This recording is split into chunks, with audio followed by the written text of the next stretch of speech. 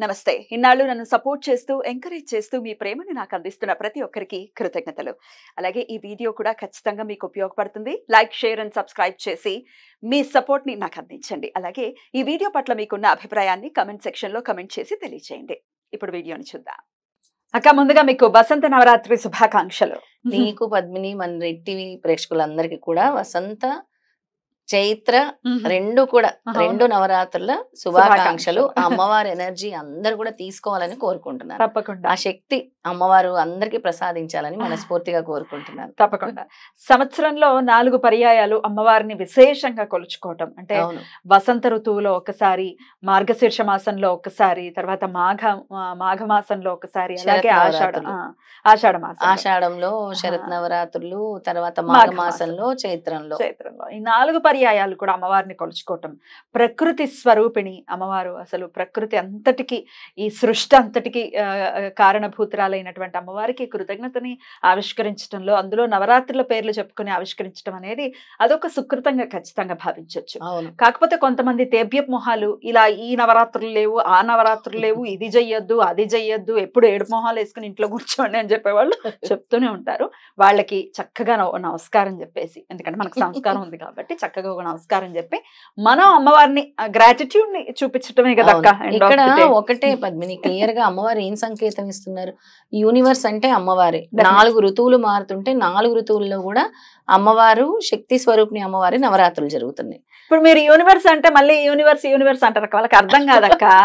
Universe అంటే విశ్వం అనండి, తెలుగులో చెప్తారు. విశ్వం ప్రకృతి.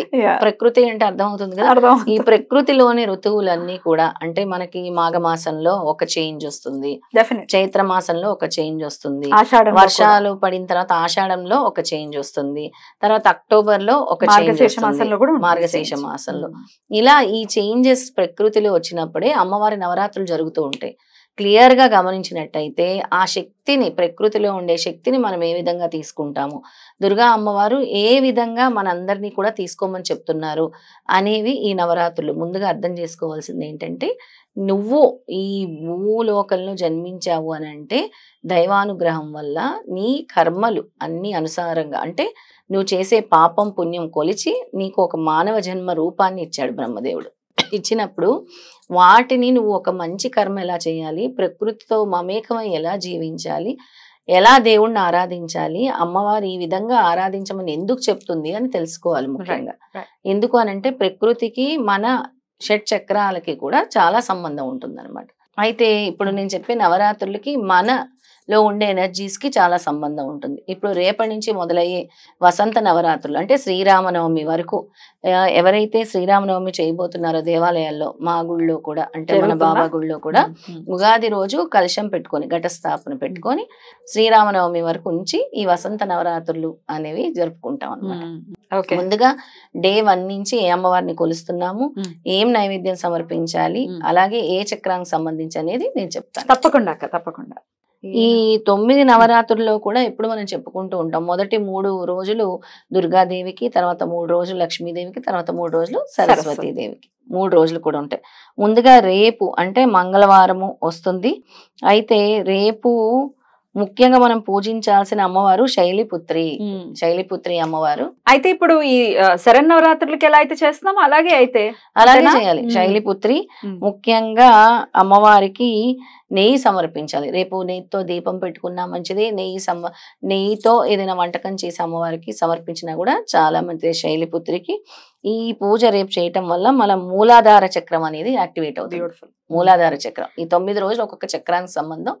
అందుకే మనకి ప్రకృతికి అనుసంధానంగా అమ్మవారు ఏ విధంగా చెప్పారు అదే చెప్తున్నాను. తప్పకుండా ఆ మూలాధార చక్రం అనేది మనలో యాక్టివేట్ అవుతుంది. కాసేపు కూర్చొని అమ్మవారి రూపాన్ని చూస్తూ ధ్యానించండి, దీపం వెలిగించుకోండి, నేను చెప్పిన పదార్థంతో ప్రసాదం తయారు చేయండి, కూర్చోండి, నేను చెప్పిన ఈ స్తోత్రం చదువుకోండి. ఓం శం శీం షూం శైలిపుత్రియే నమః.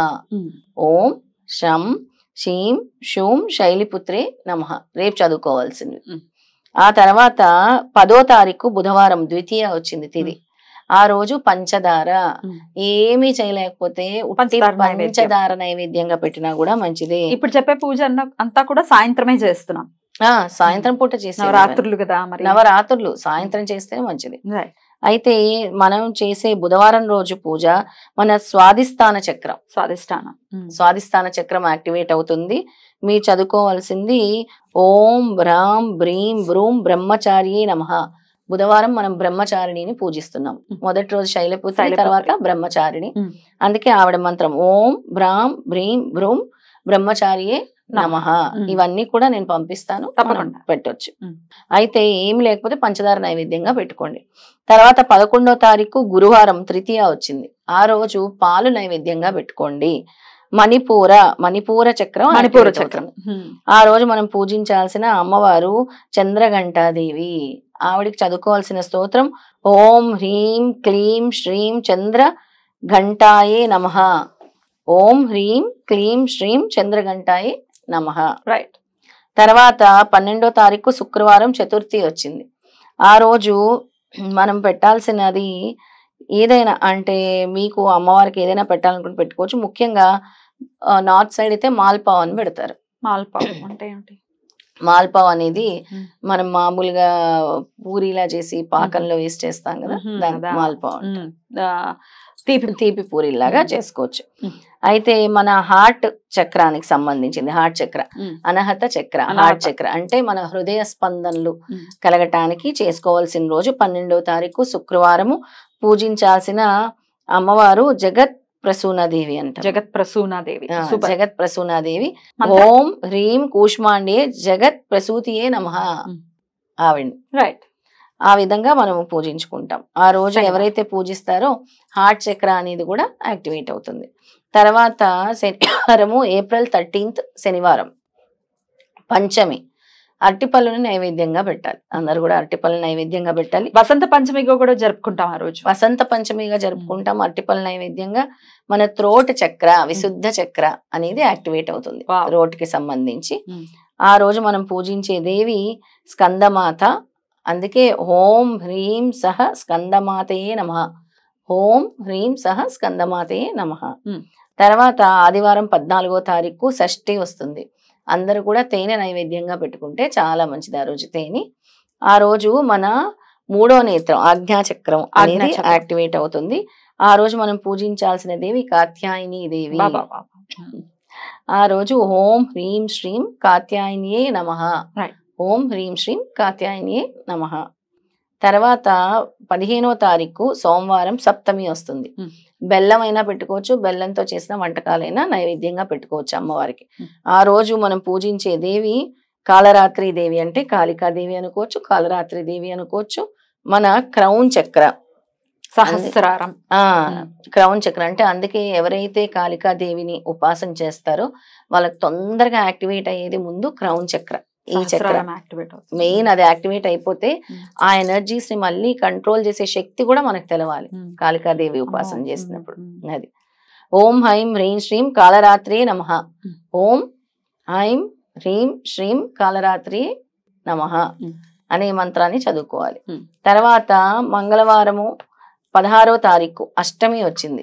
అష్టమి అంటే చాలా విశేషమైంది. దత్తుడికి విశేషము, అమ్మవారికి విశేషము, అనగా లక్ష్మికి విశేషము. మళ్ళీ బెల్లంతో చేసిన వంటలు పెట్టుకోవచ్చు. ఇది కూడా సహస్ర చక్రం యాక్టివేట్ చేస్తుంది. ఆ రోజు గౌరీదేవిని పూజిస్తున్నాం. గౌరీదేవిని, లక్ష్మీదేవిని అంటే రూపంలో. ఓం హ్రీం శ్రీం గ్లౌం గం గౌరీ దేవియే నమః. ఓం హ్రీం శ్రీం గ్లౌం గం గౌరీ దేవియే నమః అని పూజిస్తున్నాం. ఆఖరి రోజు నవమి రానే శ్రీరామనవమి. ఆ రోజు మనం పూజిస్తున్న అమ్మవారు సిద్ధిదాత్రి. ఆ రోజు అమ్మవారికి ఏదైనా మీరు నైవేద్యంగా పెట్టుకోవచ్చు. అంటే పులిహోర అయినా, శ్రీరామనవమి కదా అన్ని పెట్టుకోవచ్చు. ఎల్లో రంగుతో చేసింది. ఓం హ్రీం సహ సిద్ధిదాత్రే నమః. ఓం హ్రీం సహ సిద్ధిదాత్రే నమః. ఆ రోజు మనము గ్రెయిన్స్ అంటే అన్ని పప్పులుకి సంబంధించిన అలాంటివి కూడా నైవేద్యంగా పెట్టుకోవచ్చు. రైట్, అవి కూడా పెట్టుకోవచ్చు. ఇది కూడా క్రౌన్ చక్రకు సంబంధించిందే. ఇదే ఈ క్రౌన్ చక్రకు సంబంధించింది అన్నమాట. అలా మన శరీరానికి సంబంధించినటువంటి ఎనర్జీస్ పొందటానికి ఈ విధంగా అమ్మవారిని ఆరాధించాలి. బ్యూటిఫుల్ బ్యూటిఫుల్, చాలా అద్భుతంగా తెలియజేశారు. డెఫినెట్ గా చెప్పినటువంటి విధానాన్ని అనుసరించుకుని ఆ అమ్మవారి ఖచ్చితంగా గ్రాటిట్యూడ్ ని మనం తెలుపుతూనే ఉండాలి, అందులో ఎటువంటి సందేహం లేదు. ఎప్పుడెప్పుడు నవరాత్రులు వస్తున్నాయి అప్పుడు అట్టహాసంగా జరుపుకోవడం అనేది మనందరికీ తెలిసినటువంటి విషయమే. మరి ఈ వసంత నవరాత్రులు కూడా అందరూ చాలా అద్భుతంగా జరుపుకుని, అందున ఈసారి మొదటి శ్రీరామనవమి మళ్ళీ స్వామి తన స్వస్థలానికి వచ్చిన తర్వాత మొదటి మొదటిది అసలు అంగరంగ వైభోగంగా అక్కడ నార్త్ లో అయితే నెక్స్ట్ లెవెల్లో జరుగుతుంది. ఇక్కడ కూడా మన అసలు ఇక్కడ అక్కడ అనేం కాదు, నార్త్ లో రామ మందిరంలో ఇంకాస్త ఎక్కువగా ఉంటుంది. అయితే పద్మిని పెద్దగా మేము పూజలు చేసేయాలి, మంత్రాలు చదివేయాలని కాదు. నేను చెప్పిన చిన్న మంత్రం చదువుకోండి, ఇది కూడా రాలేదనుకోండి, చక్కగా కూర్చొని దీపం పెట్టుకొని నేను చెప్పిన చిన్న చిన్న నైవేద్యాలు, ఒకరోజు షుగరు, ఒకరోజు తేనె, ఒకరోజు పాలు, ఒకరోజు బెల్లము పెట్టుకొని, బనానాలు, అట్టిపళ్ళు పెట్టుకొని చక్కగా కూర్చొని ధ్యానం చేసుకోండి. అమ్మవారి రూపాన్ని, దుర్గాదేవి రూపాన్ని ధ్యానం చేసుకోండి. ఏమీ రాకపోతే ఓం ధూమ్ దుర్గాయే నమః, ఓం ధూమ్ దుర్గాయ నమః, అంతకు మించిన నామం కోట్లేదు, అది చేసుకోండి. చక్కగా ధ్యానం చేసుకోండి. మీకు సంబంధించినటువంటి ఏవైతే చక్రాలు నేను చెప్పానో, హార్ట్ చక్ర, థ్రోట్ చక్ర, క్రౌన్ చక్ర, ఇవన్నీ సంబంధించినవన్నీ కూడా యాక్టివేట్ అవుతాయి. ఆ శక్తిని మాకు ఇవ్వు తల్లి, ఈ రోజు ఈ ఎనర్జీ మాకు ఇవ్వు, ఈ రోజు ఈ ఎనర్జీ మాకు ఇవ్వు అని ప్రార్థన చేయండి. రైట్, బ్యూటిఫుల్ గా ఎక్స్ప్లెయిన్ చేశారు. Thank you so very much అక్క. నమస్తే. నమస్తే.